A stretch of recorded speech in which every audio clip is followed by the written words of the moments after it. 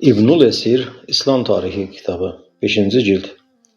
Hicretin 147. miladi 764-765. yıl olayları. Harb bin Abdullah'ın öldürülmesi. Bu yılda Estirhan el-Harzemi Türklerden bir orduyla Ermenistan dolaylarına saldırıp yağmaladı. Müslümanlardan ve zimmilerden birçok kişiyi esir aldı ve Tiflis'e girdi. Harb bin Abdullah o esnada 2000 kişilik bir orduyla Musul'da haricilerin bulunduğu yerdeydi. Mansur Türklerle savaşmak üzere Cebrail bin Yahya ve Harb bin Abdullah'ı gönderdi. Yapılan savaşta Cebrail'in ordusu yenildi. Harb bin Abdullah ile Cebrail'in askerlerinden pek çok kişi öldü.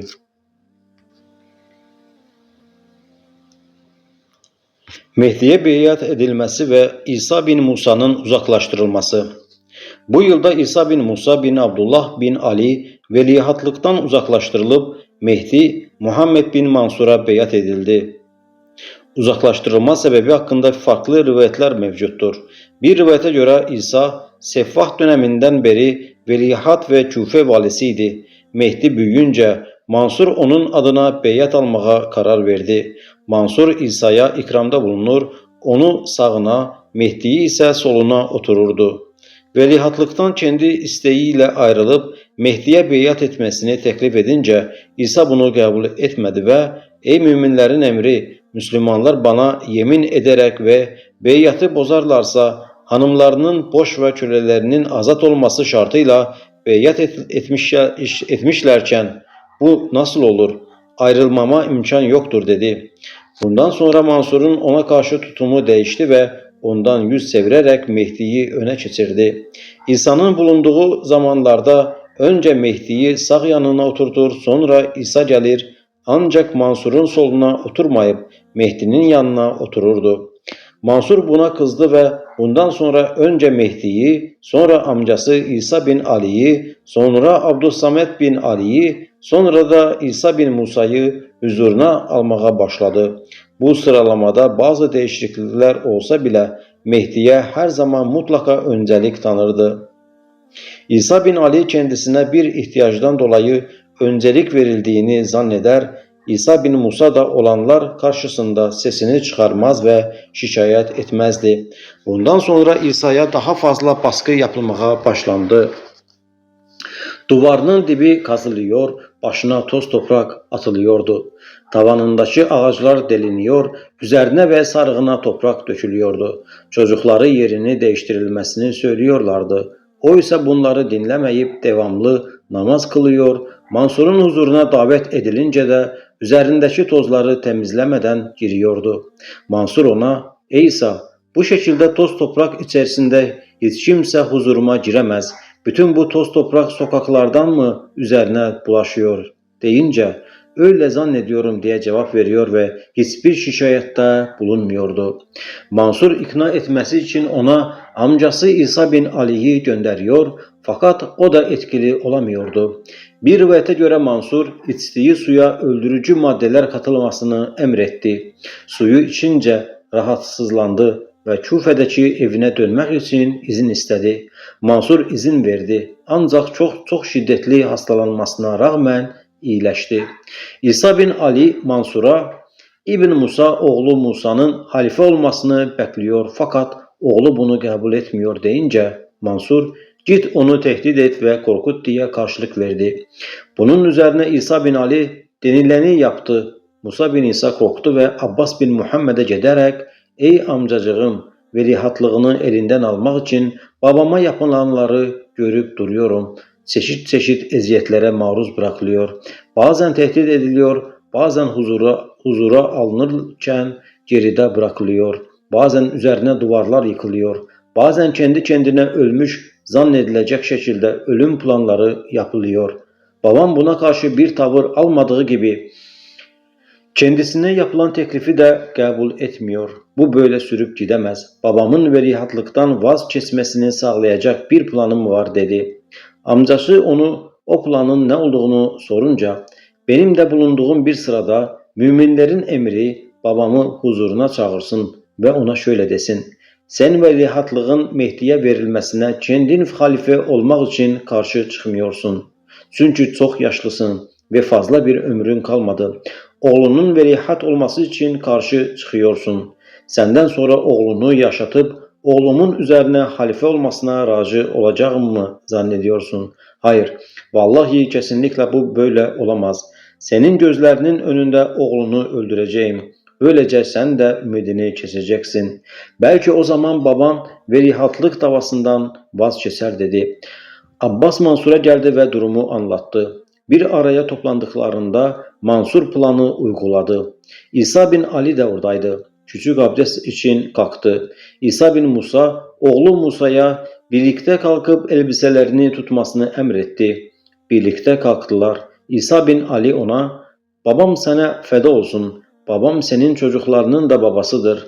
İçinizden sonra bu işte hayır olmayacağını biliyorum. Bu işte en çok hak sahibi olan içinizsiniz. Ne var ki kişi acele olan şeylere düşkündür." Musa kendi kendine, "Bu kendisini öldürmeme imkan verdi. Babamı kışkırtan demek oymuş. Vallahi onu öldüreceğim" dedi. Döndüklerinde olanları babasına anlattı ve duyduklarını Mansur'a söylemek için babasından izin istedi. Babası, "Yazıklar olsun, bu ne biçim fikir? Amcan sana güvenip bir sır verdi, sen ona ihanet ediyorsun. Bu sözü kimse duymasın, git yerine otur" diyerek onu payladı. Musa yerine dönünce Mansur Rebiye kılıcını bağıyla Musa'nın boynunu sıkmasını emretti. Musa bu arada, "Allah'tan kork ey müminlerin emri, kanımı dökme" diye bağırıyor. Mansur ise, "Ey Rebi, işini bitir" diyordu. Rebi onu öldürmek için daha fazla sıkıyormuş gibi yapıyor fakat aslında fazla sıkmıyordu. Bu arada Musa sürekli bağırıyordu. Babası olanları görünce dayanamadı ve "Ey müminlerin emri, işin buraya kadar varacağını zannetmiyordum. Bırak onu. İşte açıkça söylüyorum ki hanımlarım boştur, kölelerim hürdür. Sahip olduğum mallar Allah yoluna verilmiştir. Onları dilediğin gibi kullan. İşte Mehdi'ye beyat ediyorum" dedi ve Mehdi'ye beyat etti. Böylece de İsa bin Musa Mehdi'den sonra veliaht oldu. Bazı küffeliler bunun ertesi ve daha sonraki gün olduğunu söylerler. Başka bir rivayete göre Mansur'un askerleri İsa bin Musa'ya kötü sözler söylüyorlardı. Bunu Mansur'a şikayet etti ve Mansur böyle yapmalarını yasakladı. Bundan bir müddet vazgeçiyorlar, sonra yine yapıyorlardı. Sonra Mansur'un aleyhine bir yazışma yaptılar. Bundan sonra da askerler yaptıklarının daha fazlasını yapmaya başladılar. Aralarında Esed bin Merzuban, Ukbe bin Selim, Nasr bin Harb bin Abdullah ve diğerleri vardı. İsa'nın Mansur'un huzuruna girmesine engel oluyorlar ve sövüyorlardı. Mansur'a onları yine şikayet etti. Mansur dedi ki, "Ey kardeşimin oğlu, ben onlardan hem kendi adıma hem de senin adına korkuyorum. Onlar bu genci seviyorlar. Ona öncelik tanırsan yaptıklarından vazgeçerler" dedi. İsa da bunu kabul etti. Diğer bir rivayete göre ise Mansur, Halid bin Bermek ile veliahtlık konusunu istişare etti ve onu İsa'ya gönderdi. Halid, yanına Mansur'un taraftarlarının ileri gelenlerinden 30 kişi alarak İsa'ya gitti. Mehdi'ye beyat etmesini söylediler. İsa bunu kabul etmedi. Mansur'a döndüler ve İsa'nın kendi rızasıyla seçildiğini ve Mehdi'ye beyat ettiğini söylediler. İsa daha sonra bunu haber alınca gelip böyle bir şey yapmadığını söylediyse de kimse onu dinlemedi. Mansur yaptığı hileden dolayı Halid'e teşekkür etti. Mansur'un halifelik hakkını kendisi ve çocukları için İsa'dan 11 milyon dirheme satın aldığı ve bunun üzerine İsa'nın veliahtlıktan seçildiği de söylenir. İsa bin Musa'nın Küfe'deki valilik müddeti 13 yıldır. Mansur İsa'ya eziyet ve tahkir için onu görevden azledip yerine Muhammed bin Süleyman bin Ali'yi tayin etti. Fakat Muhammed İsa'ya saygılı davrandı.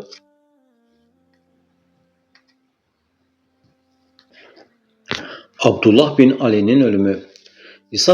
İsa bin Musa veliahtlıktan vazgeçince Mansur amcası Ali'yi ona teslim edip öldürmesini emretti ve halifelik Mehdi'den sonra senin olacak, boynunu vur.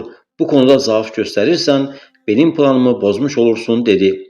Sonra Mekke'ye yöneldi ve yolda giderken İsa'ya bir mektup yazarak emrini yerine getirmediğini konusunda bilgi istedi. İsa'nın emrini yerine getirdim diye cevap yazması üzerine Mansur amcasının öldürüldüğüne inandı. İsa, Abdullah bin Ali'yi Mansur'un yanında alınca katibi Yunus bin Ferve'yi çağırıp durumu anlattı. Yunus, onu senin elinle öldürüp sonra da bahane ederek seni öldürmek istiyor.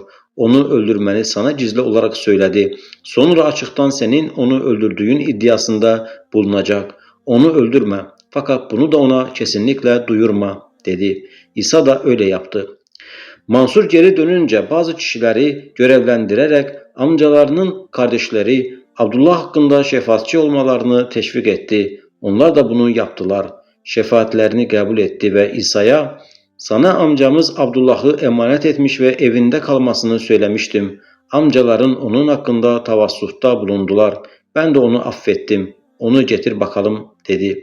İsa ona şöyle karşılık verdi. Ey müminlerin emiri, onu öldürmemi emretmemiş miydin? Ben de dediğini yaptım ve onu öldürdüm. Mansur emretmediğini söyledi. İsa emrettiğini iddia etti. Mansur, ben sana öldürmeni değil, hapsetmeni emretmiştim. Yalan söylüyorsun dedi.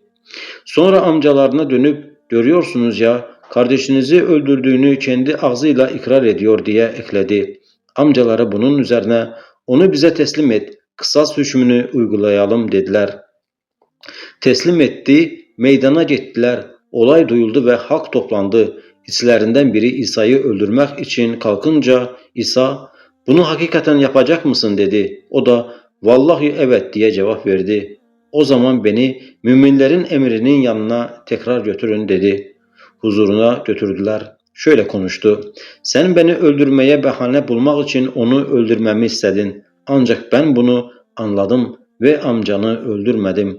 Amcan hayatta. Amcasını getirmesini isteyince gidip getirdi. Sonra yanından ayrıldılar. Mansur bu sefer de amcası Abdullah'ı temeli tuzdan yapılmış bir eve yerleştirdi ve evin temeline su akıttırdı. Ev çöktü ve amcası öldü. Babuşşam kabristanlığına gömüldü. Oraya gömülen ilk kişiydi. Öldüğünde 52 yaşındaydı. Rivayete göre günün birinde Mansur ve İbn İyaş el-Mantuf birlikte hayvan üzerinde gidiyorlardı. Mansur ona, isimlerinin baş harfi aynı olan 3 isyancı tarafından öldürülen ve yine isimleri aynı harfiyle başlayan 3 halifenin kimler olduğunu biliyor musun diye sordu. Herkesin söylediği şeyleri biliyorum, o da şudur, Ali Osman'ı öldürttü dediler. Bu yalandı. Abdülmelik, Abdurrahman bin Eşas'ı öldürttü. Abdullah bin Zübeyir, Amr bin Said'i öldürttü. Abdullah bin Ali'nin üzerine de ev yıkıldı dedi. Mansur, onun üzerine ev yıkıldıysa benim günahım ne deyince İbn Yaş, ben senin suçun olduğunu söylemiyorum ki diye cevap verdi. İbn Zübeyir'in Amr bin Said'i öldürdüğü doğru değildir. Onu öldüren Abdülmelik'tir. Bu yılın çeşitli olayları. Bu yılda Mansur kardeşi Ebul Abbas, Seffah'ın oğlu Muhammed'i Basra'ya vali tayin etti. Muhammed bu görevden affedilmesini istedi. Bunun üzerine onun isteğini kabul ederek yerine yine onun teklif ettiği Nuhbe bin Salim'i tayin etti. Muhammed Bağdat'a döndü ve döndükten bir müddet sonra öldü. Bu yılda hac emirliğini Mansur bizzat yaptı. Mekke ve Taif'teki amili amcası Abdüssamet bin Ali, Medine valisi Cafer bin Süleyman, Mısır valisi ise Yezid bin Hatem el-Mühellebi idi. Bu yıl Endülüs beyi Abdurrahman el-Emevi, azatlısı Bedri ve Tamam bin Alkame'yi Tula üzerine sefere çıkardı. Oranın idaresi Hakim bin Uzre'nin elindeydi. Muhasara altına aldılar ve onunla birlikte Hayat bin Velid el-Yahsubi, Osman bin Hamza bin Ubeydullah bin Ömer bin el-Hattab'ı esir edip başlarını ve sakallarını tıraş ettiler. Yün bir cübbe giydirdiler. Zincire vurulmuş vaziyette eşeklere bindirerek Abdurrahman'a getirdiler ve Kurtuba'da astılar.